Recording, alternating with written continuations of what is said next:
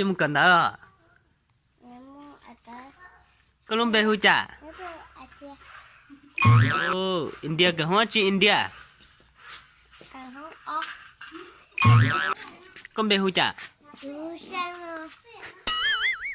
Có kiểu không chi là. Oh, bạc tia quá chi bạc tia. Oh, tự nhiên là nhân ban non nữa, tôi bị trống tôi đây. Sao có lúc con bạn, có hú chả. Có cần đó không chị? Không pe, cậu bắt tàu thế à?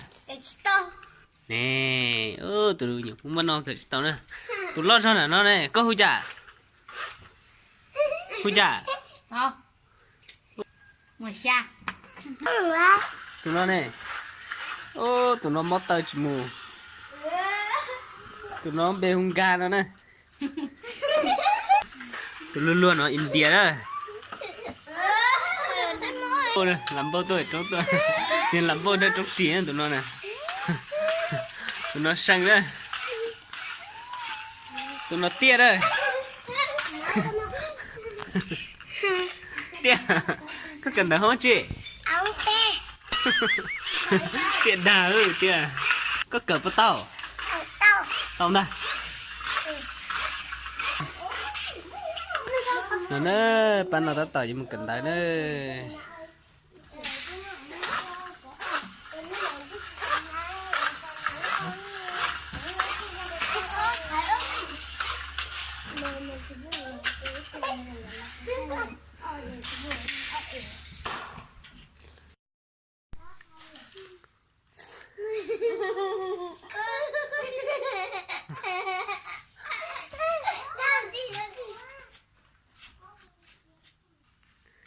Có dùng cần đó rồi.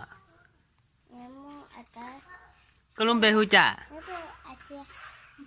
Oh, India cái hoa chi India. Con bê hú chả. Có kiểu không chi là. Bạc tia quá chi bạc tia.